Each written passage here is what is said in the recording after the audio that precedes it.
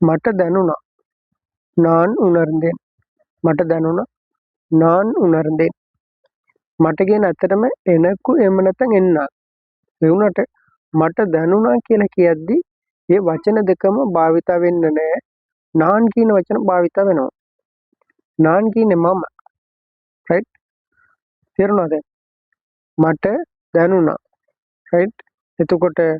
මට කියන්නේ එනකුනේ ඒතර එනකු උනර්ந்தேன் කියලා ඒ කියන්න බෑ කියලා වාන්න පුළුවන් right මේ මහන්න එපා நான் උනර්ந்தேன் කියලා තමයි කියන්න ඕනේ ඒක තමයි Tamil grammar rule right මට දැනුණා நான் උනර්ந்தேன் ඒ වගේම තමයි මට දැනනවා நான் உணர்கிறேன் මට කියන්නේ එනකු ඒ වුණාට එනකු උනර්கிறேன் කියලා කියන්න බෑ ඒක වැරදි right நான் உணர்கிறேன் කියලා කියන්න ඕනේ මට දැනනවා நான் உணர்கிறேன் right hi friends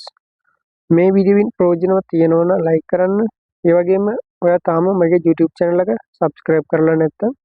subscribe කරලා bell button එක click කරලා තියාගන්න ඒ වගේම දමල භාෂාව හරි විදියට